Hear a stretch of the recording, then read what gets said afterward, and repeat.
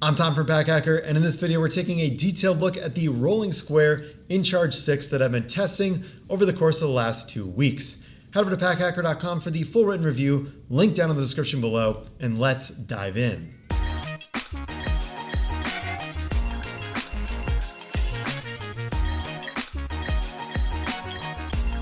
So the inCharge 6 from Rolling Square was recommended to me by Pack Hacker Pro member Mika, and it's a cool little device to put on a keychain and some good functionality as well. So first of all, I just wanted to talk about the polish on this thing. This is the gray colorway. You can see there is a good amount of scratching going on as well. So in my 2 weeks of testing, you can see a decent amount of scratches have developed in that gray colorway from being on the keychain. So up to you whether or not that's a big deal. I personally like a little bit more of a clean and polished look, but this looks okay too. It looks like it's been used. And even though it's been 2 weeks, it's already getting kind of scratched up. This stays on the keychain better than I initially thought that it would. It is secured by 2 magnets here on the top that you can see down there and down there. And then this middle part is kind of this soft fabric-y feel that holds the wires, so it doesn't feel too techy. It feels really nice in the hand. Now I do have this smaller keychain here as well.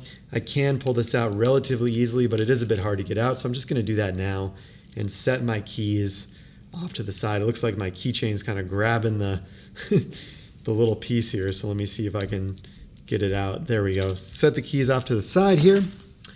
All right.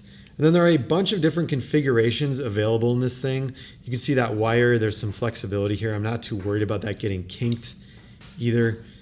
Bit of a crease there, but it still totally works just fine. Now we have a USB-A on this side, USB-C on this side. And then we've got a lightning cable down here on the same side of the USB-C.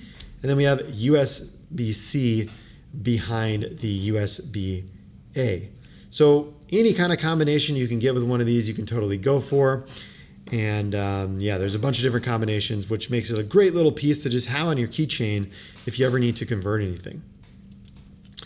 Now, if I close these back up, well, I just want to show you. So we're not actually set up here, but you can, on some phones, you can charge other phones. So I've got the iPhone Max version here on this side, and then I've got Mark's Android on this side. So I just want to show you how it works. This is USB-C, so I would just plug that into Mark's phone.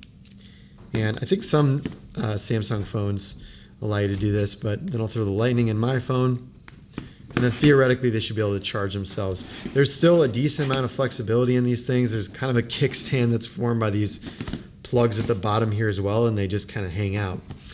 Now, if the length is an issue for you, which I haven't really found it to be an issue, but when I've grabbed like my laptop stand, which elevates my laptop, that's when I can start to run into a bit of a problem. So if I want to charge my phone, I'm just gonna, in my laptop, I'll just go USB-C and then lightning cable on the other side. And let me just toss that in. There we go.